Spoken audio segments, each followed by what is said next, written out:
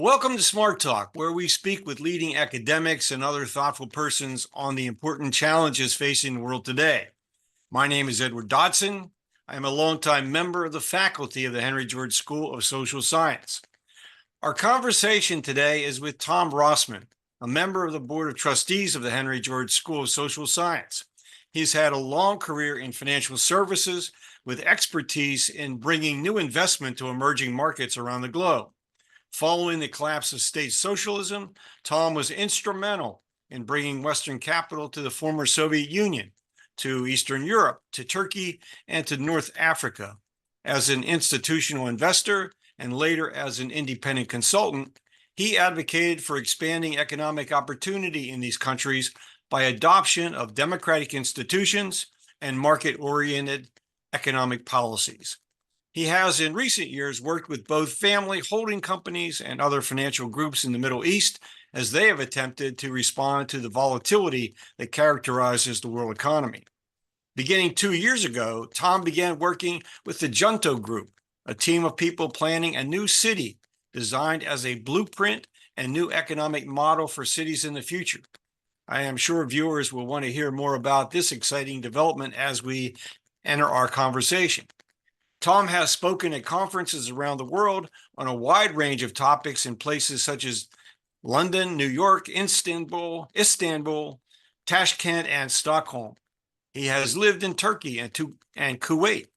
His formal education includes studies in religion and history at Nyack College and a master's in international relations at the Fletcher School of Law and Diplomacy. One of the subjects we certainly will explore is going to be artificial intelligence. Tom has offered to share his insights into the brave new world of AI. With this introduction, welcome, Tom, to Smart Talk. Thanks, Ed. It's a pleasure to be here. So, before we get into the whole spectrum of AI issues, would you say a few words about how you came across Henry George's analysis of how the world works and why you responded to it? Sure. I actually encountered Henry George first with a book I think that a lot of people probably read, The Worldly Philosophers by Heilbrenner.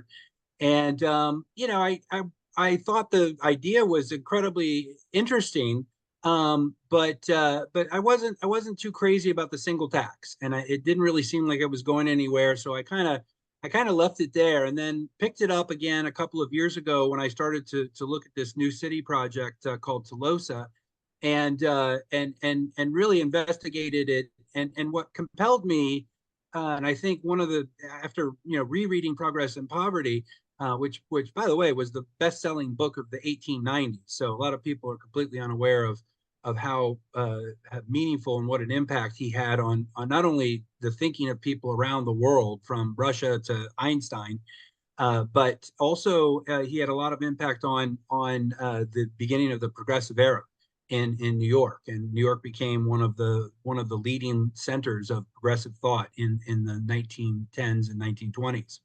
And so and that really, and his most compelling line to me was when he said, with all this material wealth that we've been generating and advancement in technology, why is there still so much poverty?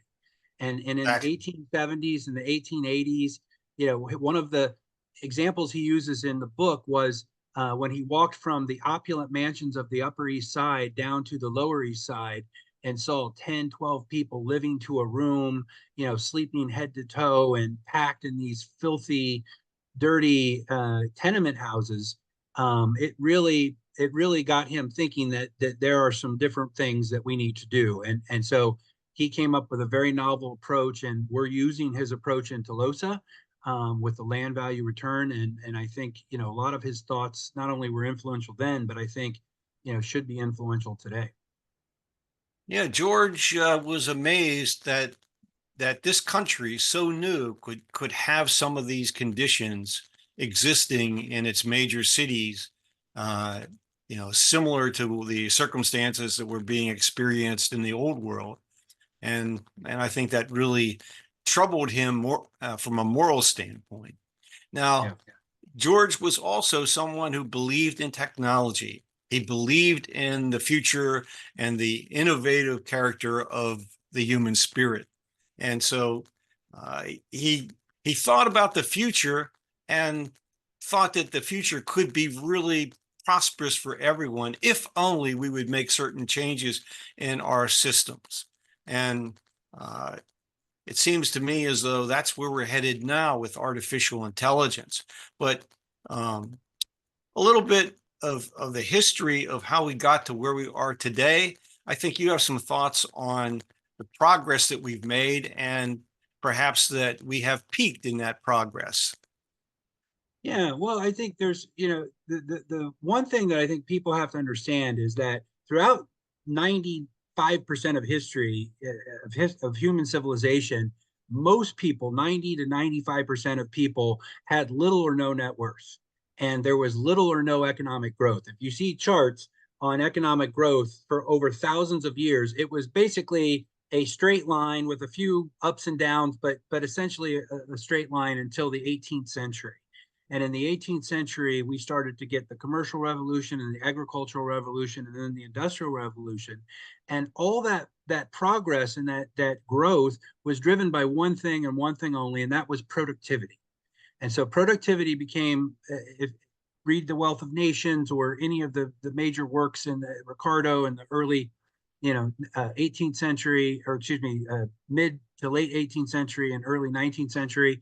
And what you find is that as workers made more money, they could buy more things, and then that created this virtuous circle in which more people were able to be employed to make more things and got paid more, and then back around. And so that cycle produced tremendous prosperity in the 19th century, and as a result, they could get paid more. And in fact, it wasn't an easy process. It was a very difficult process because the additional working conditions, the improved working conditions, and the better economic conditions were something that the workers had to demand. It wasn't just simply given to them. So it was this old check and balance. And as the prosperity of the society grew, workers ended up getting paid more. And most industrial countries in the 20th century then built a very strong middle class and working class. And in fact, the golden age was the 1950s and 60s when the U.S. had the most economic growth in its history, and it was a period of incredibly shared prosperity. And then we kind of took a downturn in the 1970s, and ever since then, wealth and income inequality has been rising. Yeah, you remind me of a study that was prepared some years ago by the organization Redefining Progress, and they did an analysis of the well-being of Americans, and they point at the late 70s as being the peak, and that we've been on a downward slope ever since. And that certainly is evident by the difficulties that more and more households in the United States have in simply housing, Yeah, finding affordable housing in any metropolitan area is extremely difficult, and particularly where the jobs are plentiful. It's like there's yeah, an inverse relationship between employment opportunity and affordability. yeah, And we now have to try to figure out how to solve that problem. And I think, Tom, you and I, we agree that Henry George's analysis provides the solution if we only pay attention. And perhaps that's one of the outcomes that will be achieved by this new city that you're involved in development of. yeah. Well, we hope, and that's our expectation. Actually, a good statistic to kind of put a exclamation point on what you were saying is that in the last 40 years, the average full-time worker in America got a raise of 0.1%. Right. And at the same time, housing, healthcare, education, childcare, all the things, especially with the increase in dual working families, it's put a major squeeze on the quality of life and the affordability of a lot of things for middle class and working class people. Yeah, there's so many signs. All we have to do is pay attention to what's going on in the world around us. Sprawling development for one. When you think about the fact that our highways are filled with commuters going in all directions at all times of the day. There's no more rush hour to get into the center cities to go to work. There's rush hours in every direction. And I sometimes say to my neighbors, who are all empty nesters, where do your adult children live? Well, they live an hour or more away because they can't afford to live closer. The housing is just too unaffordable. And this is largely for a population of college graduates. Yeah. So what do people who don't have an advanced education or a training do? It's really becoming a very difficult situation in the United States, and I suspect in some other countries as well. And now we're dealing with a world about to change. This whole environment of artificial intelligence has just exploded with in such a rapid manner that even many of us who are fairly technology savvy are wondering where it's going to go. And I know you have some thoughts on that. Yes, I do. So kind of putting it again in the historical context, since the beginning of the Industrial Revolution and even before that, that began with the division of labor, which was really one of the central themes of Adam Smith's Wealth of Nations. And then it progressed to mechanization and then progressed to steam power. So we became ever more productive. And since those early days, the owners of businesses have understood that their profitability was inexorably tied to doing more with fewer workers. And so you look at steel plants and coal mines and all these other sort of industrial pillars that existed in the 19th century. And throughout the course of the century, they continued to produce more and more with fewer and fewer people. And in the 20th century, then as these countries built the strong middle class, as people got more rights economically because of unions and just workers' movements in general, it reached the golden age, and then, as you said, in the 70s, started to erode. And it's that context in which we can consider AI. And the future is really the future reality is kind of our near-term present. And John Maynard Keynes wrote a very interesting article in 1930, the future economic prospects for our grandchildren, I believe it was entitled. And basically he predicted in 1930 that by 2030, machines could be so efficient that the average worker would only need to work 15 to 20 hours a week. And so the prescience of that prediction is coming much faster than we think. Today, Except for one part of that story, that yes. it might be possible to produce the same output with only a 20-hour week, but individuals are working more than one job in order to make ends meet. So the productivity hasn't been matched by wage increases or a fair compensation for the labor that's being performed, at least in many cases. Oh yeah, well, that stat I quoted on the income stagnation for middle class and working class people, since the 1970s, really the Ford and Carter administrations, we have seen a steady erosion in worker power, and collective bargaining laws have been changed. These right to work laws have been implemented, and you see a lot of these manufacturers, foreign manufacturers, are putting plants in states where they have no union protections. And it's very difficult, if not impossible, to form a union or even form, I'm not advocating unions per se, but workers organizations and ways for workers to bargain for more power. And as that political power shifted, the economic power shifted very, very quickly. And you see fewer strikes today. You see fewer individuals who are able to join in collective bargaining and organize companies. Even companies like Walmart and Amazon have strike teams. Literally, they call them strike teams, where they go in whenever there's any kind of talk of a unionization in a particular factory or location. They send a strike team in to quell and quash the workers who are trying to organize. So, Which oh, go ahead.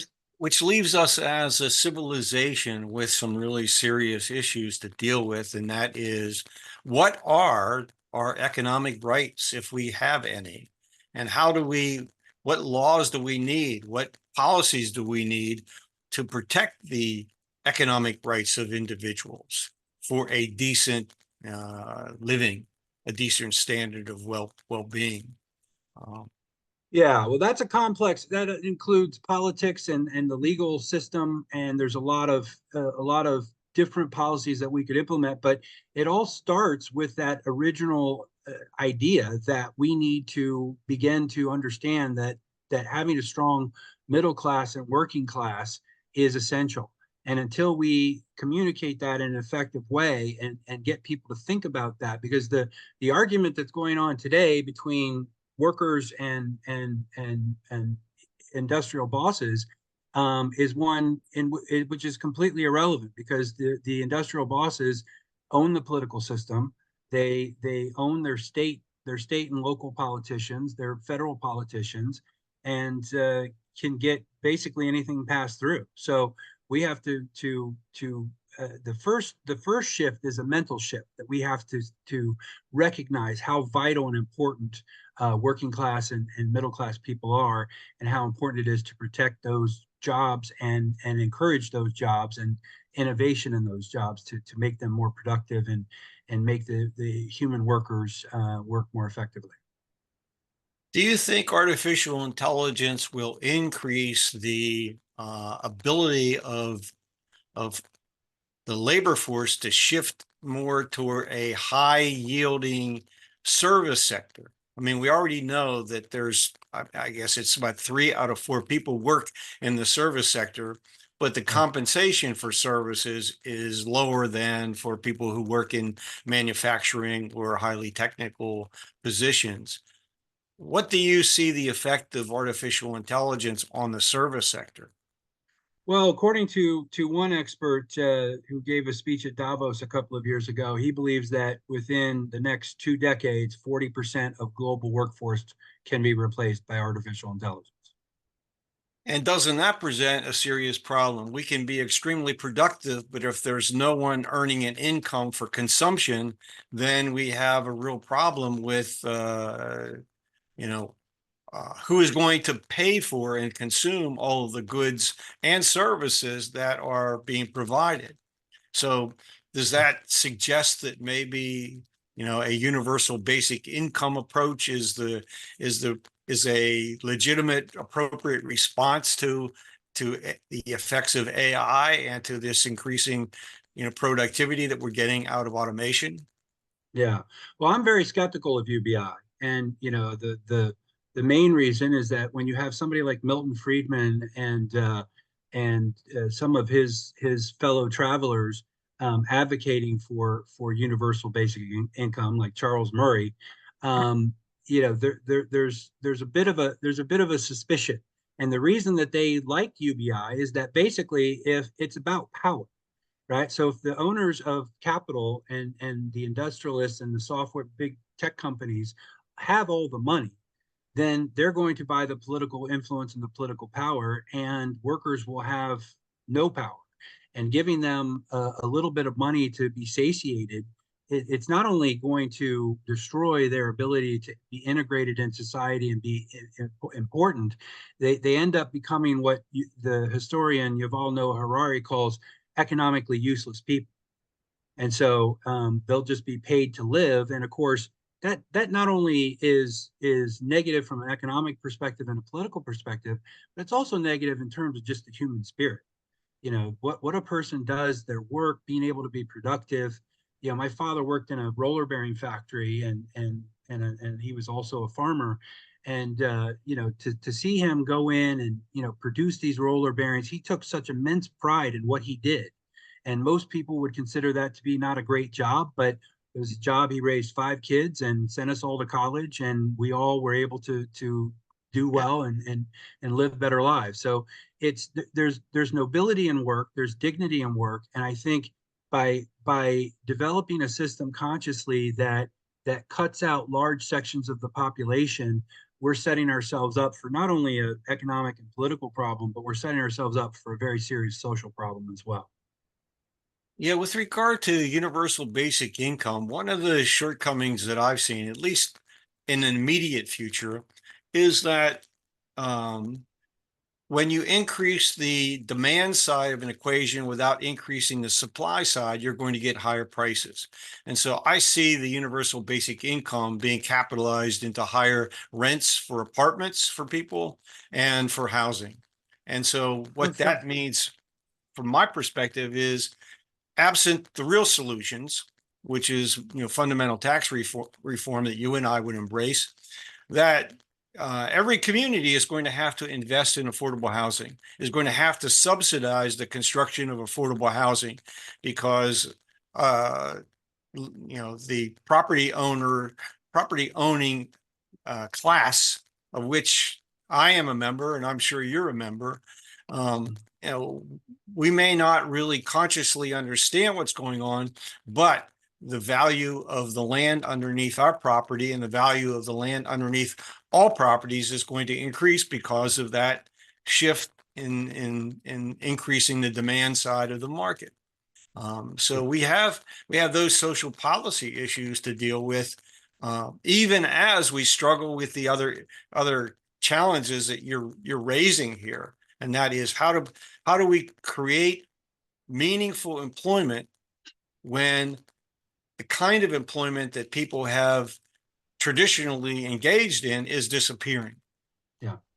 And what really sets AI apart is that it is attacking a much higher level of productive work.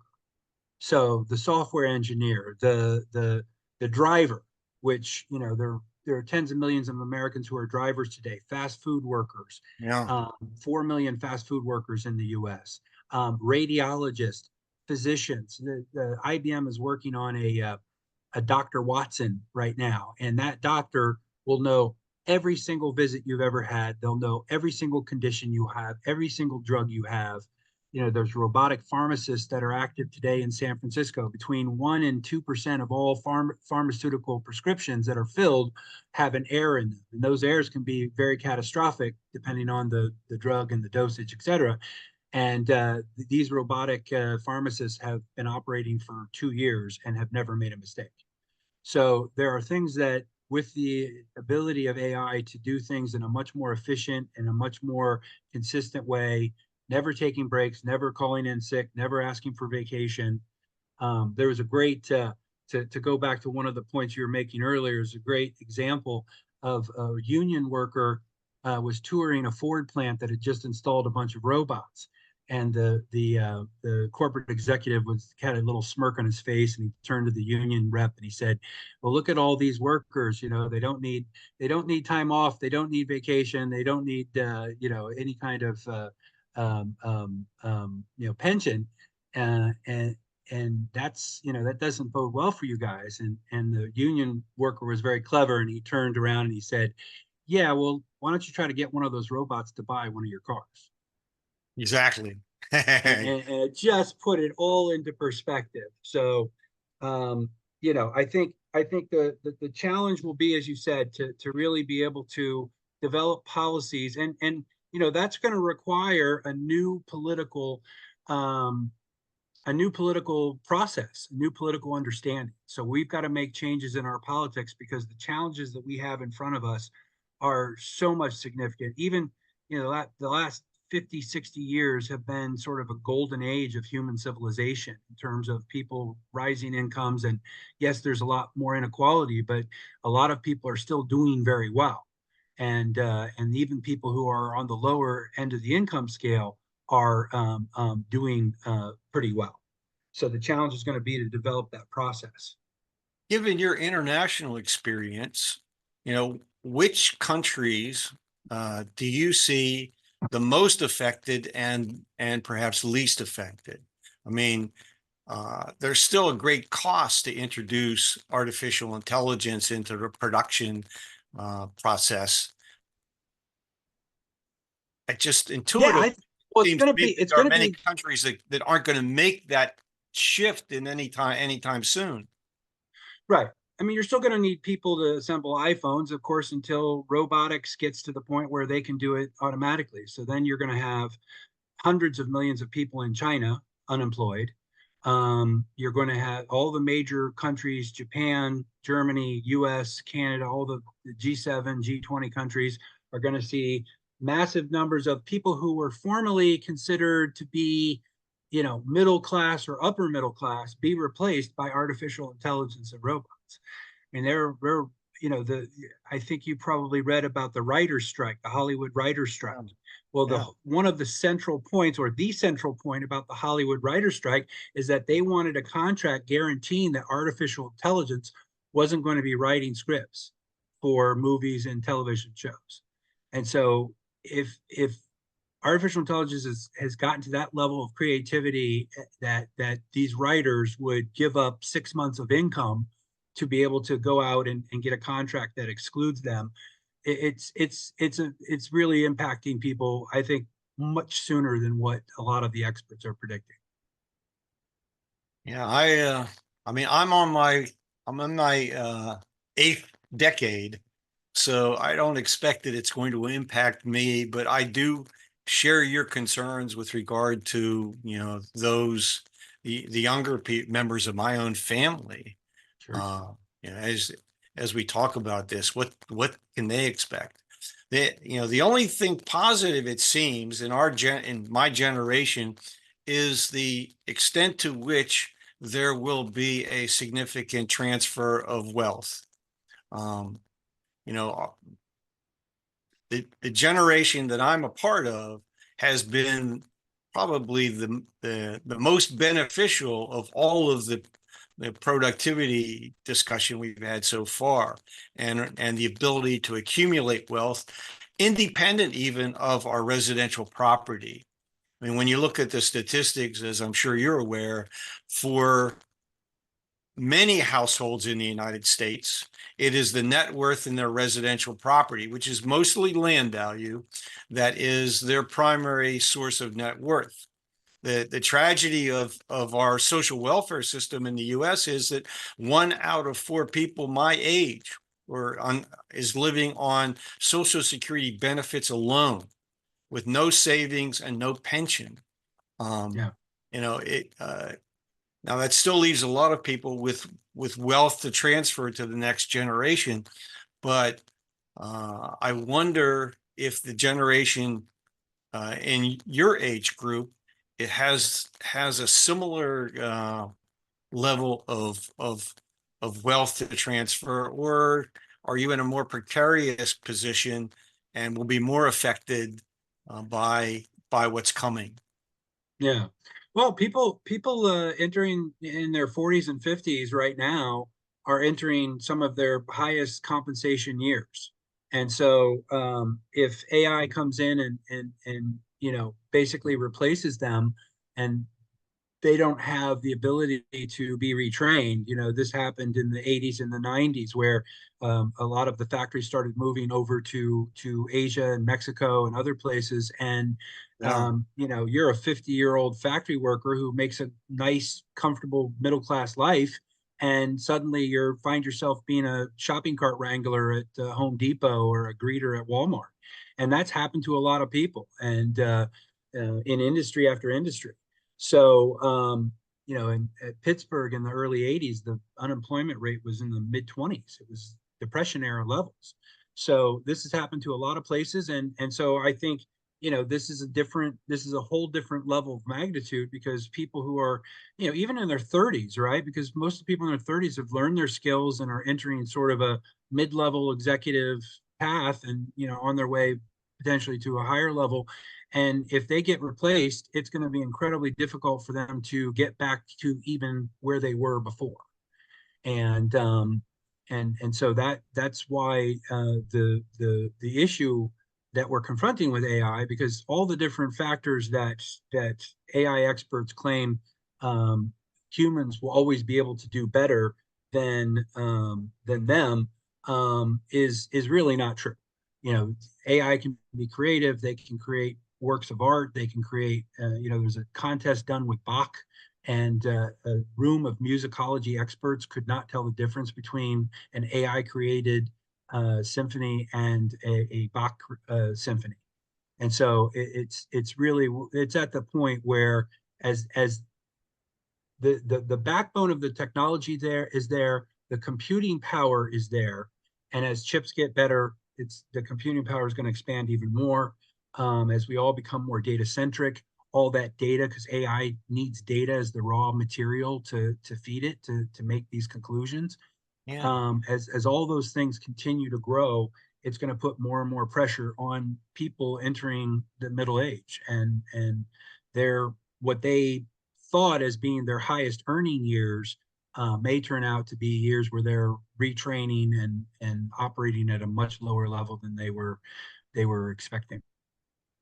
As you're talking, I'm thinking about what you and I did for a living, what you do for a living, what I did in the financial services sector. And, you know, I was a I was compensated to evaluate and price for risk. That Mhm. was a lot of my work, understanding, how different types of individuals, their characteristics will perform when you grant them a loan. Uh, and uh, and now I'm thinking about all this. We already had automated underwriting when I was at Fannie Mae. It wasn't Mhm. advanced, and the data was never sufficient for us to totally rely on it. But now we're getting into this environment where artificial intelligence can really just analyze data at a much faster rate and over a longer period of time. Mhm. Will will the fortunes that are being made on Wall Street in the financial services sector also perhaps no longer be available because our AI will take over uh, a lot of the process of determining what investment is a good investment, what the risk is worth, and how you should price for it.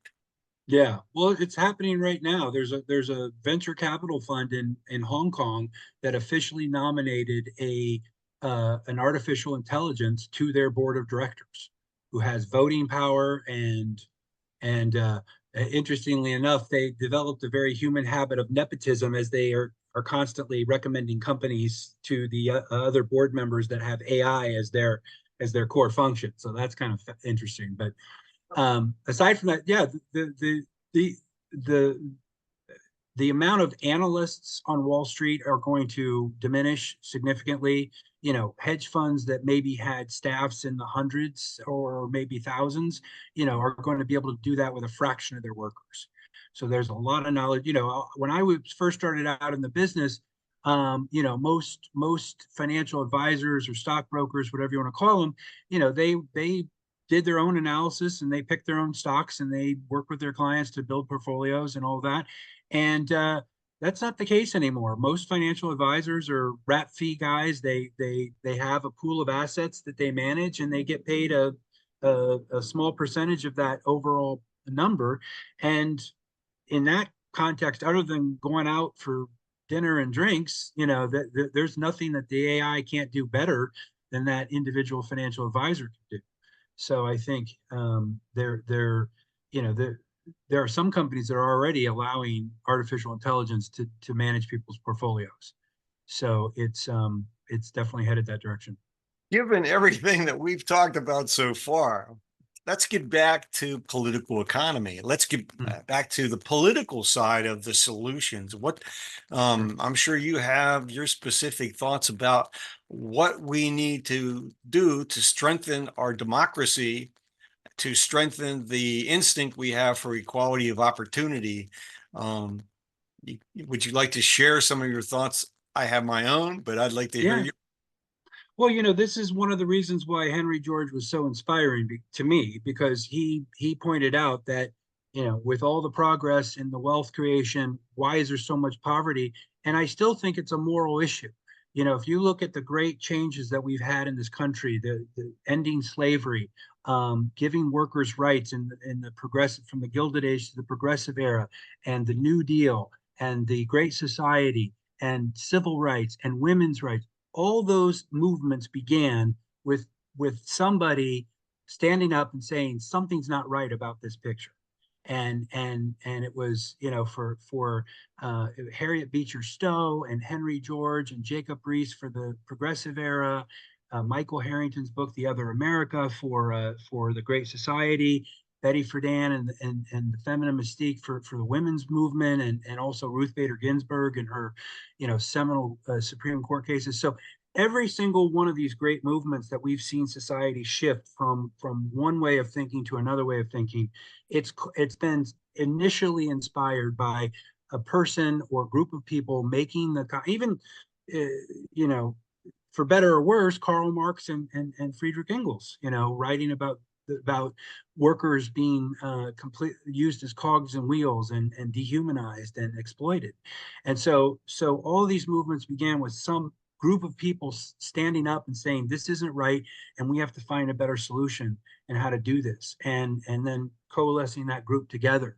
And I think that's where we are today. We have to, and that's why I spend so much time on talking about the details of AI, that we have to recognize that the future is going to be one of tumult and difficulty, and we have to be a lot more prepared to understand and advocate for policies that will bring about shared prosperity. Michael, one of the things that really struck me about shared prosperity, and not just the fact that the 1950s and 60s were the golden era of U.S. economic growth, but also the fact that Michael Porter, who's a Republican, business professor, one of the leading experts in competitiveness from Harvard University, he's written several papers about the fact that a competitive economy is an economy of shared prosperity.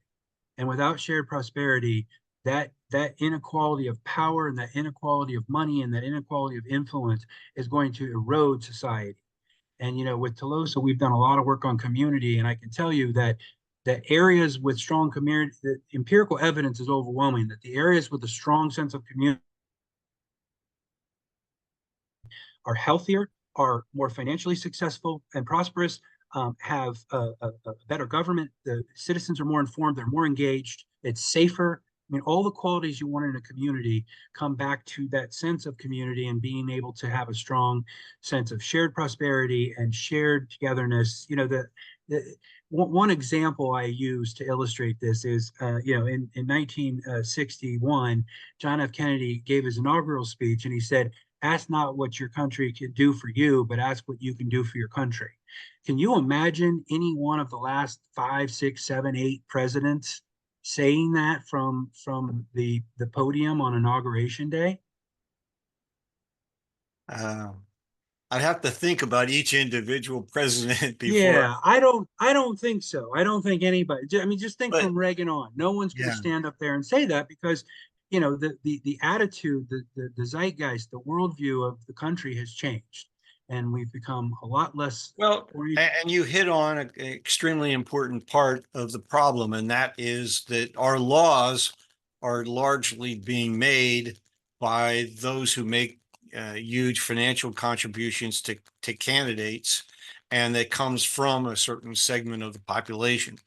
Uh, so there are ideas that I find interesting in terms of a response.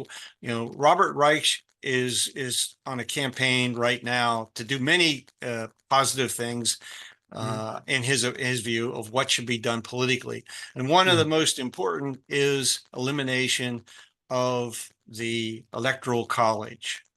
And there's this effort now that he has undertaken with others to get states to agree to eliminate the Electoral College. And apparently it's fairly close to getting the required number of states for this to happen. I don't know the fine language in it or what the law is required, but it seems to me that that's always been a real difficult part of our electoral system. The idea that someone can get the popular vote in the United States to become president of the United States and lose the election. Yeah. Seems inconsistent with democracy. Yes. But the problem is, going back to history that you started this conversation out with, we have this strange situation where our nation began with 13 sovereign states Yeah. that agreed to come together under, first the Articles of Confederation and then the Constitution. And then there's this vast public domain that had to gradually be settled, become territories, and then be populated sufficiently to become eligible for statehood. And so Yeah. I think this is where our country has to deal with the relationship between the states and the national government. Mhm. And when it comes to human rights, it just boggles my mind that we could possibly have 50 different definitions of human rights Right. operating at the same time in this country. If state sovereignty is the dominant, relationship, and that comes directly from what you mentioned, Reagan. I mean, Mhm. Reagan's whole idea of the new federalism, Yep. and we've been on that trail ever since. Well, Um, he announced his candidacy for president about a mile away from where the three civil rights workers were killed and buried in Philadelphia, Mississippi. So we know what his view of states' rights was. That's fairly clear. But yeah, no, you're absolutely right. And really, I think we what my efforts now with Tolosa and with other things to build a blueprint to build a new model for society where in which it incorporates respect and dignity for the working class and the middle class, and also the importance. I was just talking with Ibrahima earlier about the fact that Plato and Aristotle talked extensively about the necessity and importance for a functioning, flourishing society, eudaimonia. You had to have a strong middle class. And if you had wealth concentrated in the hands of too few, it would and of course, not just ancient Greece, but also Rome, but massive wealth inequality, and the buying of rights and privileges of the wealthiest people will also led to the downfall of the Roman Republic. So throughout history, we've seen every time there's this massive disconnection between wealth and power, and all the revolutions that took place, the communist revolutions of the 20th century, they all came from the fact that workers were put in a position where they just had no alternative.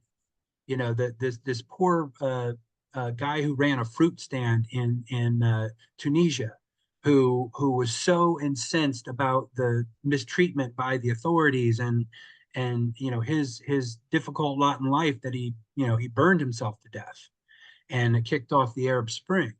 And so these kind of revolutionary movements can happen again, and especially if people are put in a position where there's no alternative and they're just getting pushed down, and the level of opportunities are going to it, because that's the American dream, and having your children do better than you.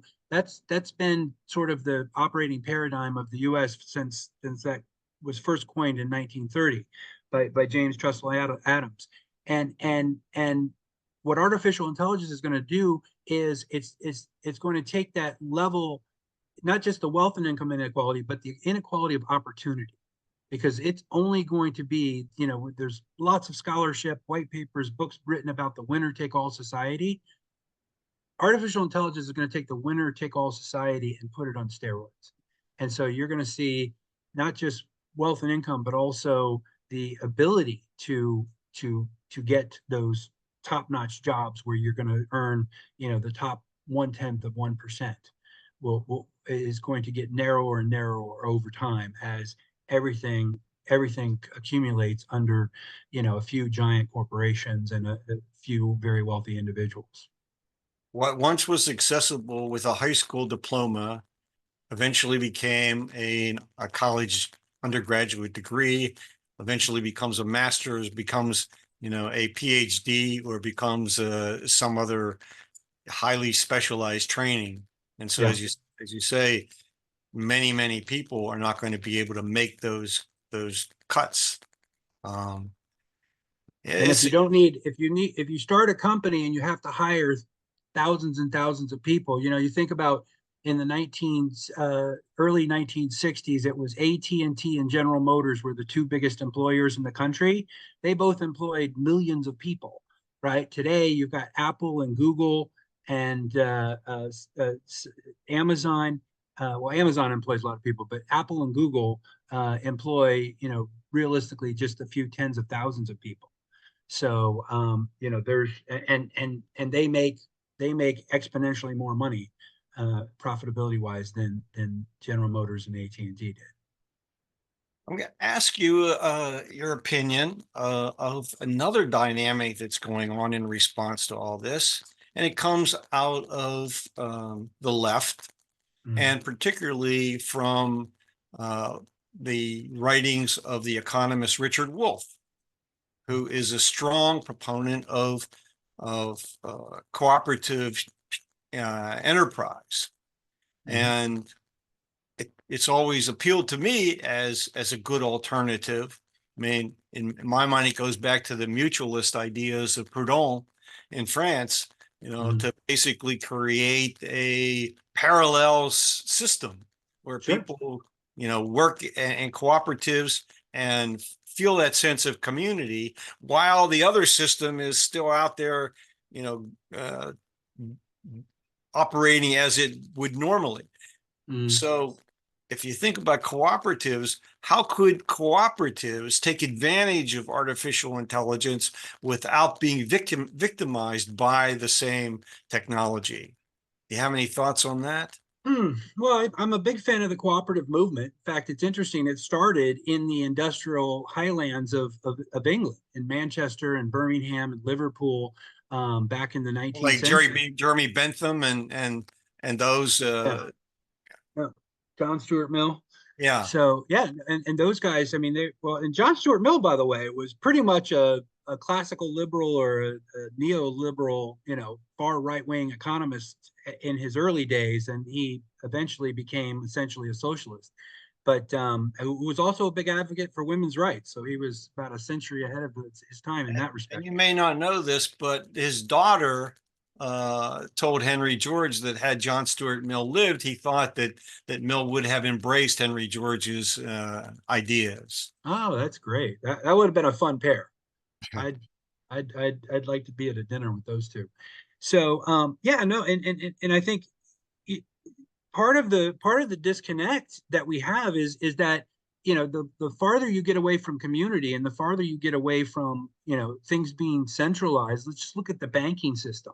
I'm a huge fan of community banking because bankers and banking used to be, and we've done a lot of work on this with Telosa. Banking and bankers used to be like pillars of the community, and they didn't work hard, and they didn't become rich. They probably were the upper income people of their areas, but there was the old 363. I don't remember that. Yes, of You course. take money in at 3 and you lend it out at 6 and you're out on the golf course by 3. Yeah. And so they didn't work that hard, but they were pillars of the community and they really contributed to the community. So everything that Abraham Lincoln's, famous. I love the Gettysburg Address, and you don't have to be a fan of Larry David to want to memorize the Gettysburg Address. But it's interesting because the phrase "of the people, by the people, and for the people," I think, is a central paradigm that we have lost sight of. And so our political process is of the 1%, by the 1%, for the 1%. Industrial policy, economics is owned. I mean, I could go through the history of all these things, but the concept of being of the people, by the people, and for the people, and finding the best way to give people not only a higher quality of life, but a better future for their families and greater opportunity for themselves and their children. That's what it's all about. And we've lost sight of that. Martin Luther King Jr., his famous speech is called "I Have a Dream," right? It's not "I have a 5-point plan." So we've got to foster a movement of people that are inspired and inspiring and can coalesce the people to then put the strategies together to get the policies done. And that's going to take a lot of effort, and it's going to take a lot of of changing people's minds and showing them that what we're doing right now is putting us in a very precarious position. And the longer we play games with politics and the nonsense that's going on in Washington and all these other things, the more unprepared we're going to be for this upcoming wave of dislocation. Yeah. The challenge will be, will people become so disenchanted that they become apathetic as opposed to becoming rebellious? I mean, Yeah. this is at least as I look at our political situation, it's the great number of people who are not committed at all who are going to determine the future. Yeah. And so how do we how do we awaken them to the dangers and awaken them to sufficiently so that they listen to reasoned discussion about what the necessary solutions are, the necessary steps that we need to take? I mean, I think this continues to be an ideological struggle as well, because there's merit to the idea that some conservatives advance that too much government, too much intervention is going to destroy the the the potential for our system. And on the other Mm. hand, not enough government or not the right kind of government, the wrong kind of laws is going to have the same effect.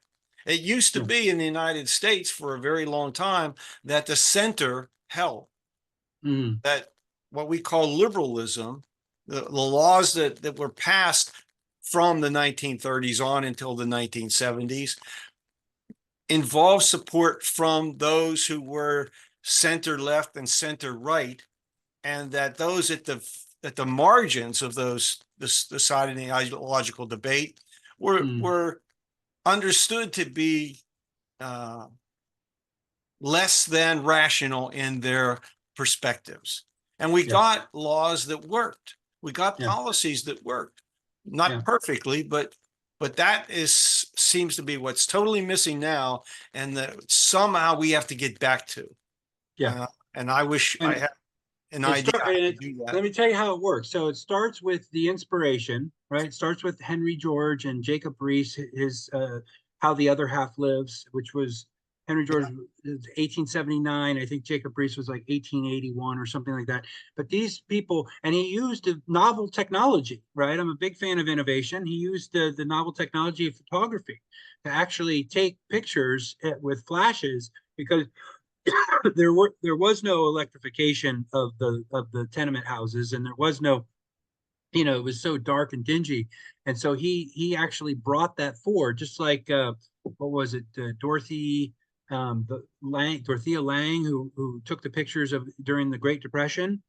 And so what seems to happen is you have these people like Harriet Beecher Stowe and Jacob Riis and Henry George, and they lay out this vision of, and they hold a mirror up to society and say, do you like what you see?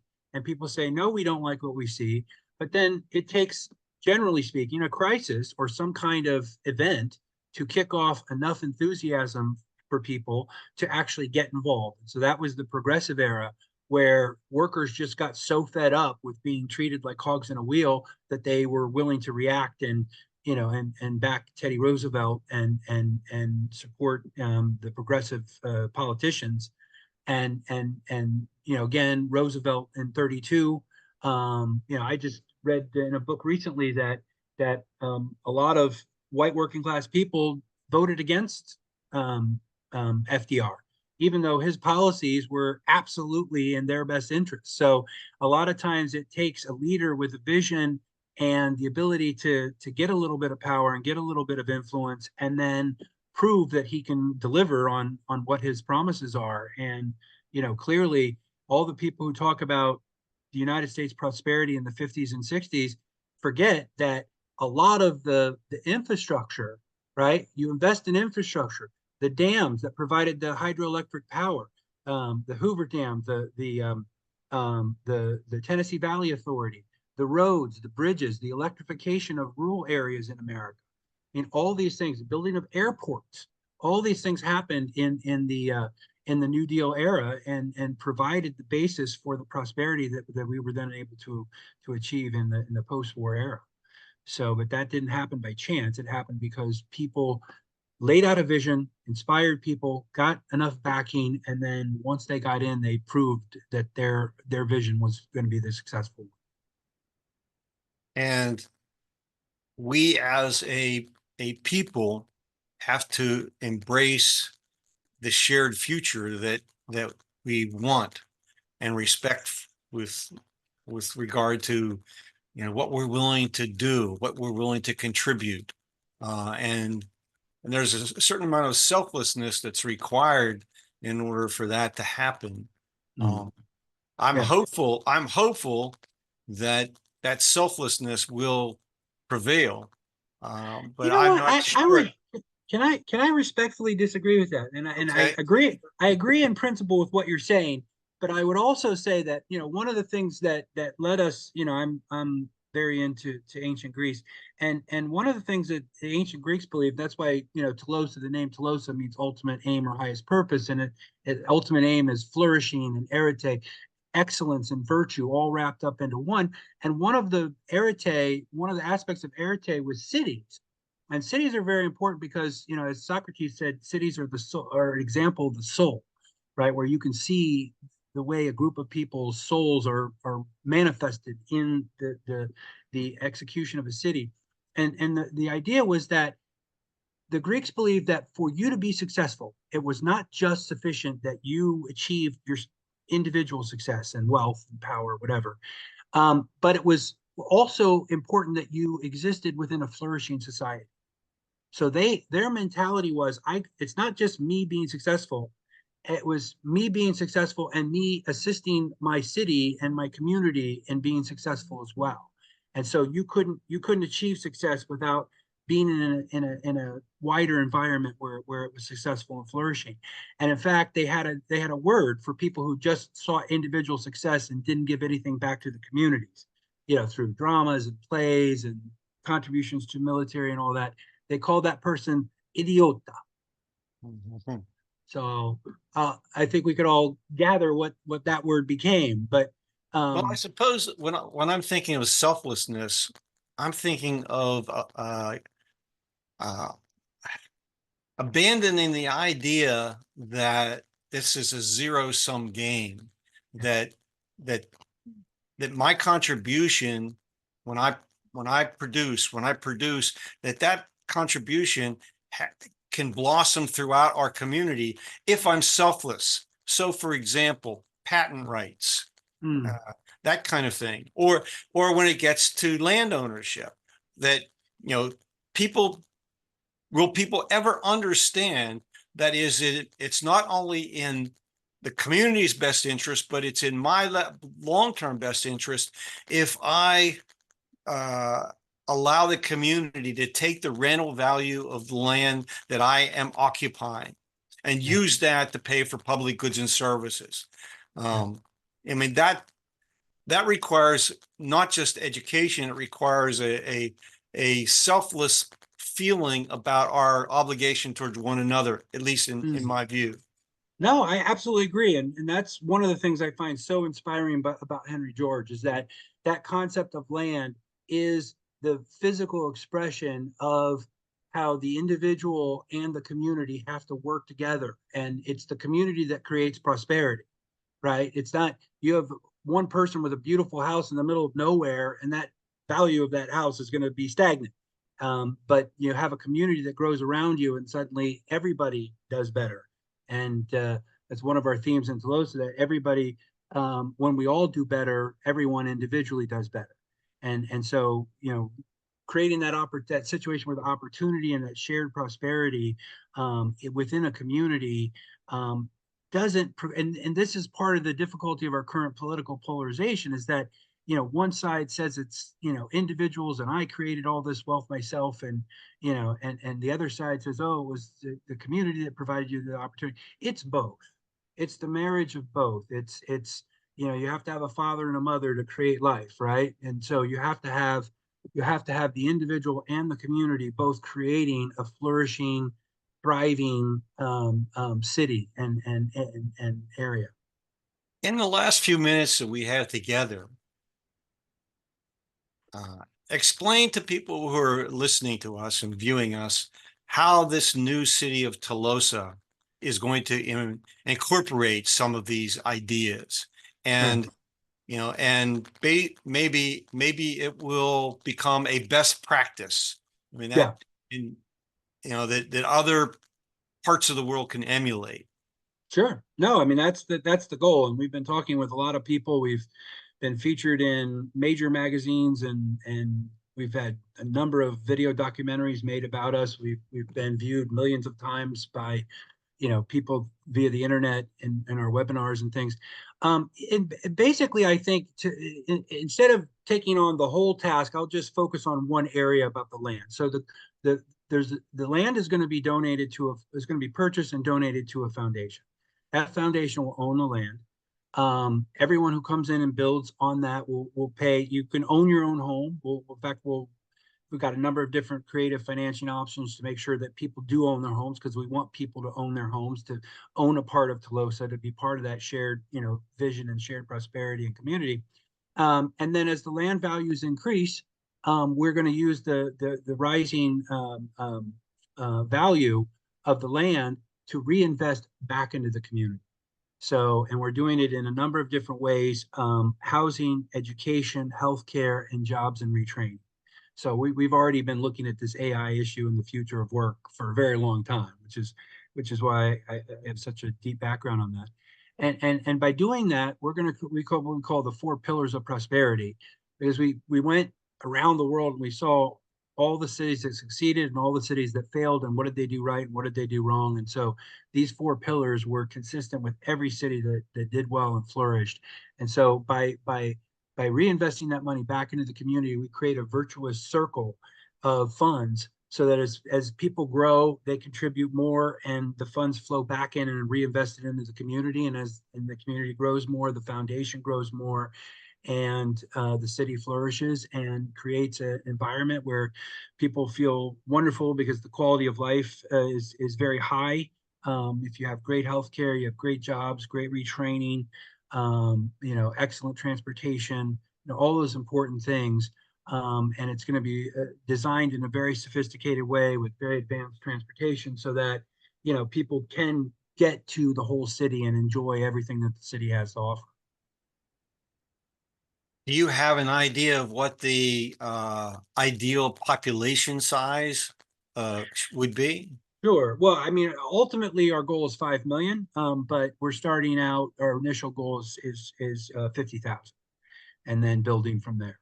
So you've got to have a certain economies of scale to be able to build stadiums and do other things. So that's we'd love to land in the early decade, with maybe 50 to 200,000, and then build ultimately upward. It's all going to be put in place on a scalable level, so that we can build and grow from the early base. It's a phenomenal project, an initiative that could be systems changing, and I certainly uh, wish you the best. I wish I was still young enough to somehow be a participant, but I'll be watching from a distance. Okay. And Tom, I really have enjoyed this time together. I appreciate you taking the time out to share your thoughts about the future of art with artificial intelligence. And you've given, I think, our viewers and listeners a lot to think about. And we need to do this again in the near future, particularly to get an update on what this new city is going to become. Sounds good. Thank you, Ed. It's my pleasure. So that's it for this edition of Smart Talk. For more information on this and other episodes, please visit our website, henrygeorgeschool.org. Again, I am Edward Dodson, and thank you for watching Smart Talk.